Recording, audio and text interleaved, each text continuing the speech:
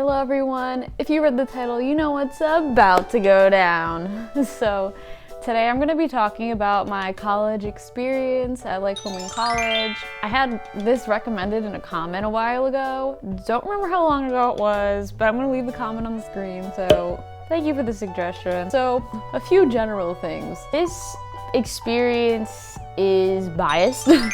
Because, you know, everyone has their own outlook on college, everyone has their own personality, and it really depends on what you do to make the most of your experience and, you know, how that affects you. So a lot of my experience wasn't the most positive, but I've definitely learned and grown a lot since I was a freshman. So I just graduated May 2020, Corona grad gang.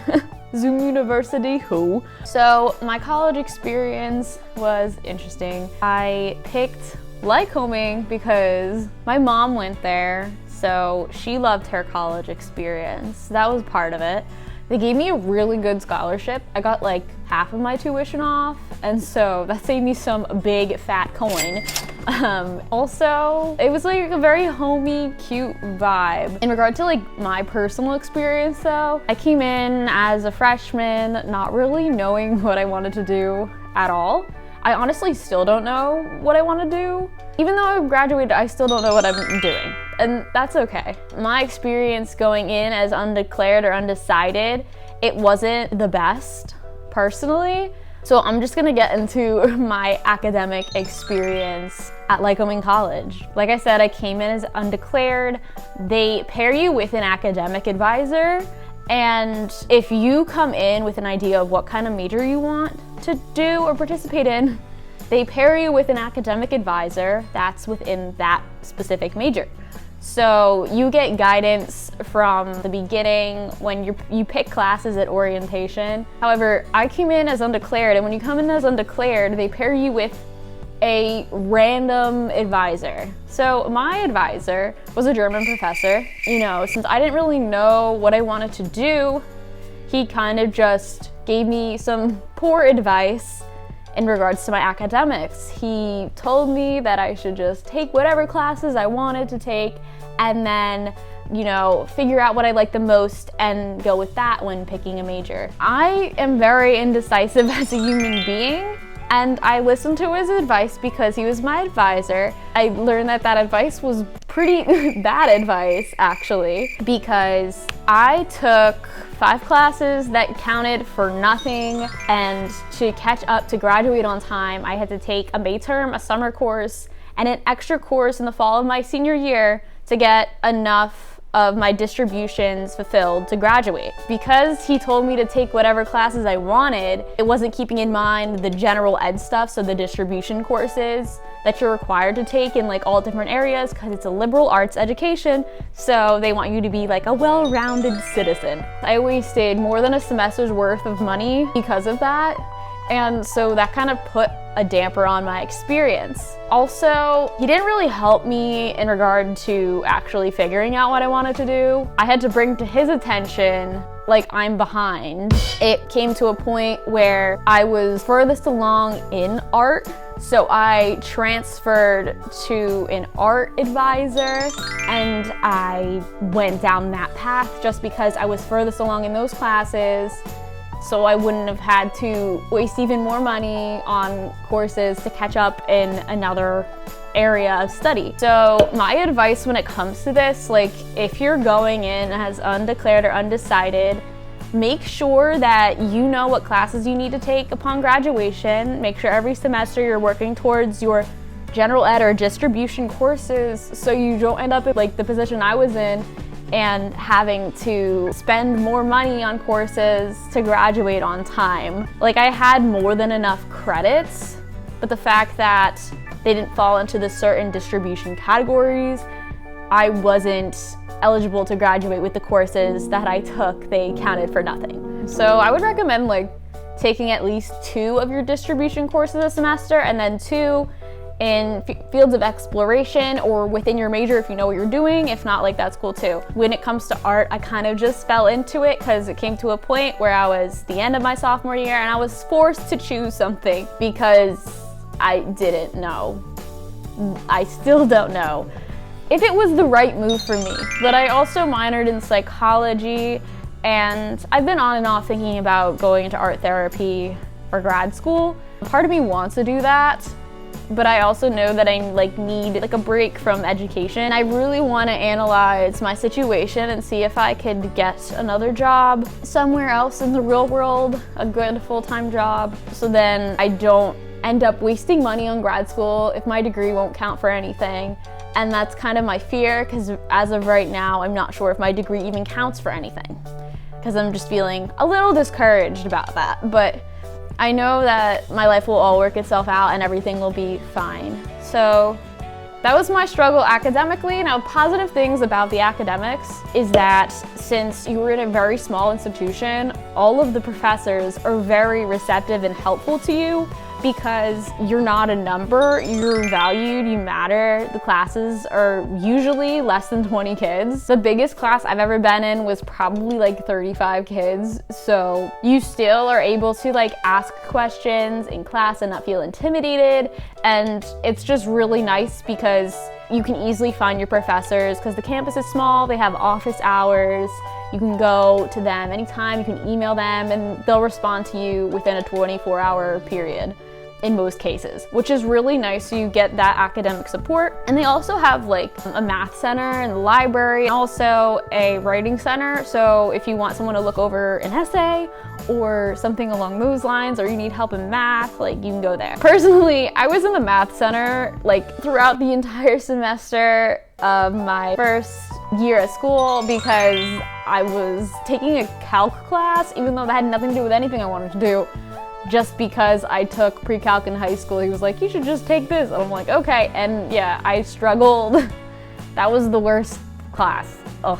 That was the only class I really struggled with in college. I got a B-, but still, I had to bust my ass for that B-. Now I'm gonna talk about the social life. There are a lot of clubs for a small college. There's over 100 clubs. So you're bound to find at least one thing that you like to do, socially. For me, as a very socially anxious child, it was kind of difficult for me to find something that I really resonated with, though.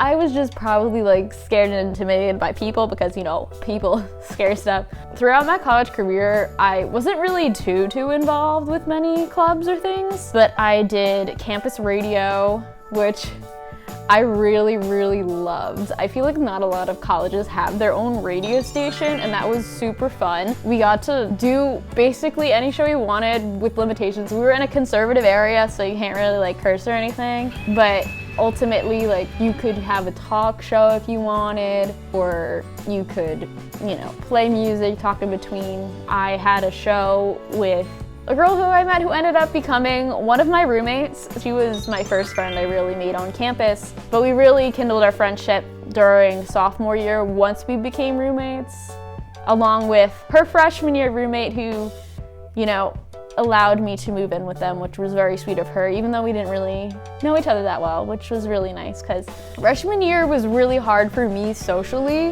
When I first got there, I really didn't want my family to leave me. I was always very anxious. I never adjusted to change very well. The freshman year of college was one of the most isolating and sad years of my life, I felt like. My roommate and I weren't really close friends at all. I kind of tolerated things that she did, but I really was resentful towards her in some regards, and I didn't want to cause conflict, so I never did anything about it, and I kind of just tolerated it and dealt with it the whole year, and it was fine, whatever. Most of my freshman year I spent alone in my room because I didn't feel like I fit in socially, and that's always been a problem with me historically. But I know that I did it to myself, so, freshman year was not a good year for me socially.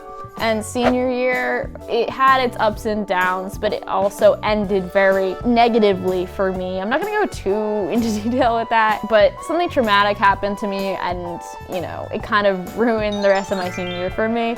But it helped me grow as a human being and forced me to get on-campus counseling, which they offer for free for students. So that's something I wish I took advantage of freshman year, because I feel like that would have helped me out so much. But yeah, sophomore and junior year were pretty good.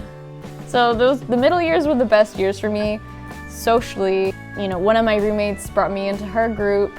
They adopted me, which was really nice. But due to the circumstance senior year, I realized who my true friends were and who my true friends weren't. And I now know that I can't just make friends out of sheer convenience. I really need to analyze people's actions more instead of just letting everyone into my life with open arms because I'm lonely.